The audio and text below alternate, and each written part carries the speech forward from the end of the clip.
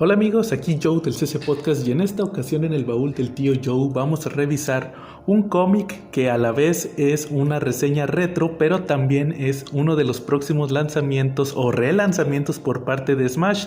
Estoy hablando del tomo de Batman, el regreso de Bruce Wayne, correspondiente a la etapa de Grant Morrison en el título de Batman. Para los que no estén muy enterados, hace ya 7 años en el 2014, Televisa publicó este Definitive Edition, como les llaman en DC a los Monster Edition, un cómic más grande de lo habitual, en tomo con mejor papel, donde nos mostraba la historia del regreso de Bruce Wayne, correspondiente, como les digo, a la etapa de Grant Morrison, justamente terminando con esta historia donde Batman estaba supuestamente dado por muerto y aquí nos aclaraban si regresaba a la vida o qué había pasado con él. Curiosamente, y a manera de anécdota para los que no coleccionaban cómics en aquel entonces, fue muy sorpresivo que Smash publicara este título, sobre todo por dos factores. El primero es que en este tomo pueden ver aquí el logotipo del 75 aniversario de Batman. Ese año sacaron varios títulos representativos del personaje, como Dark Knight Returns en pasta blanda, que hubo una controversia, me acuerdo, en aquel entonces, porque primero lo sacaron en un formato muy pobre, además de que estaba censurado. Al siguiente mes lo volvieron a sacar ya sin la censura, entonces pues muchos decían, oye, ¿quieres venderme el mismo cómic 2 veces? También sacaron The Long Halloween, que justamente apenas el año pasado o antepasado lo volvieron a sacar, ahora en hardcover, y también este de El regreso de Bruce Wayne. Es curioso porque en aquel entonces Televisa tenía aproximadamente año y medio de haber tomado la licencia de DC y justamente la tomó con Nuevo 52, reboot que sucedía más o menos a la par del final de la etapa de Grant Morrison, pero Morrison, lo que se había publicado de él lo había sacado editorial Beat, así que Beat también se quedó inconcluso con el material de Grant Morrison. De hecho, uno de los últimos materiales que sacó fue el Crisis Final, justamente que acaba de publicar nuevamente Smash casi 10 años después.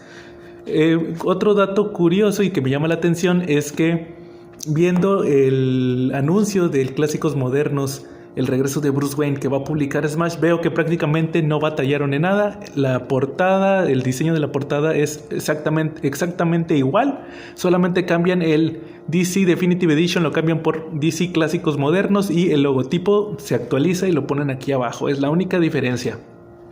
En todos los demás aspectos, y viendo ya un conteo de número de páginas, es prácticamente el mismo tomo, así que pues si no lo compraron en aquel entonces, pues pueden comprarlo ahora que ya se publicó toda la etapa de Grant Morrison por parte de Smash. Como les digo, en aquel entonces pues nos llamó la atención porque pues oye, no has publicado nada de Morrison, Televisa, y lo publicas así de la nada. Prácticamente era como una especie de gancho para tratar de concluir de manera poco logrado o mal lograda la etapa que no terminó de publicar Beat, sino de ya darle un cierre. ¿Sabes qué? Lo último que publicó Beat fue Crisis Final, pues te traigo el regreso de Bruce Wayne y ahí quedó.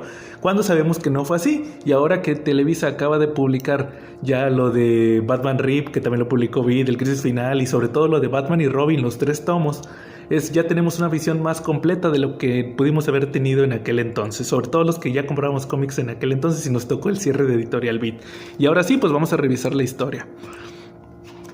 El regreso de Bruce Wayne es una historia en 6 partes, todas escritas por Grant Morrison, solamente con arte de diferentes dibujantes según van avanzando los números, donde vemos cuál fue el destino de Bruce Wayne después de Crisis Final. Si recuerdan Crisis Final, al final tenemos ahí una especie de epílogo donde suponíamos que Batman había muerto por los rayos Omega de Darkseid. De hecho, Batman saca un cadáver, pero después vemos que Batman está como en la edad de piedra, con unos cavernícolas, no sabemos qué está pasando ahí, y pues ya nos aclaran aquí, aparte de lo que veíamos en Batman y Robin, que pues en realidad era un clon de Batman que estaba sacando Darkseid de ahí con sus experimentos.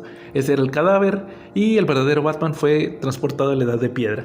Ya conforme van avanzando estos números, vamos viendo que Los rayos Omega lo que hacen es que están transportando a Batman alrededor de varias épocas. Primero llegan aquí con los cavernícolas, vemos a Vandal Savage, vemos cómo toda esa mitología que fue creando Morrison empieza a volverse a crear retroactivamente. ¿A qué me refiero? Que en el run de Morrison muchas veces se hizo referencia a eventos, a tribus de murciélago, a parientes Wayne del pasado. Y al final resulta que todos son el mismo Bruce Wayne que estaba viajando en el tiempo. O sea, al final fue algo como cíclico.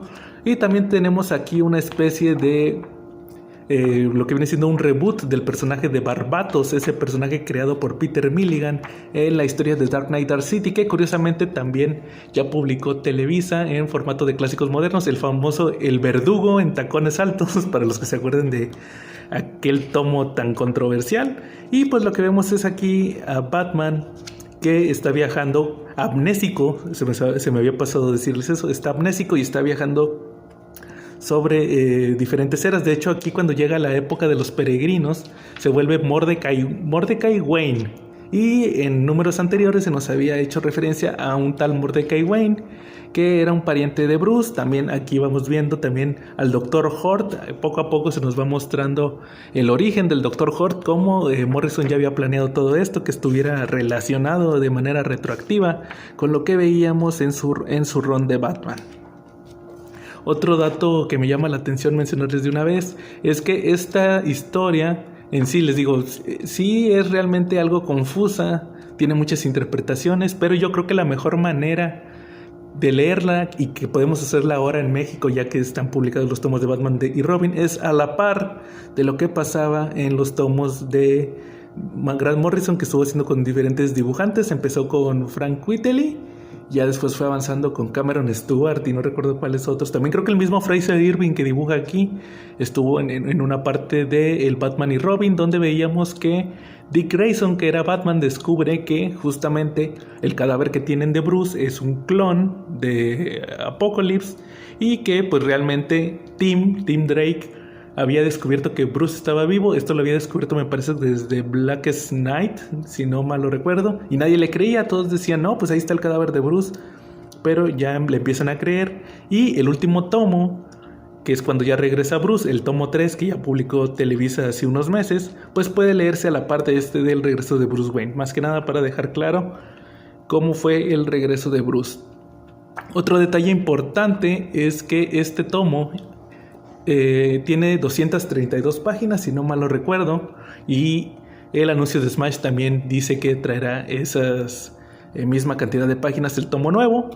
¿Qué es lo que viene de extras? Aparte de los 6 números, pues vienen sketches, vienen partes del guión, si no mal lo recuerdo. Más que nada no son partes del guión, son más que nada como anotaciones que hizo Grant Morrison, y los diseños que hacen de los diversos artistas sobre los personajes. Aquí están los diseños de Chris Sprouse, que se aventó el primer número, también de Fraser Irving, que no es de mis dibujantes favoritos, pero se aventó el 2.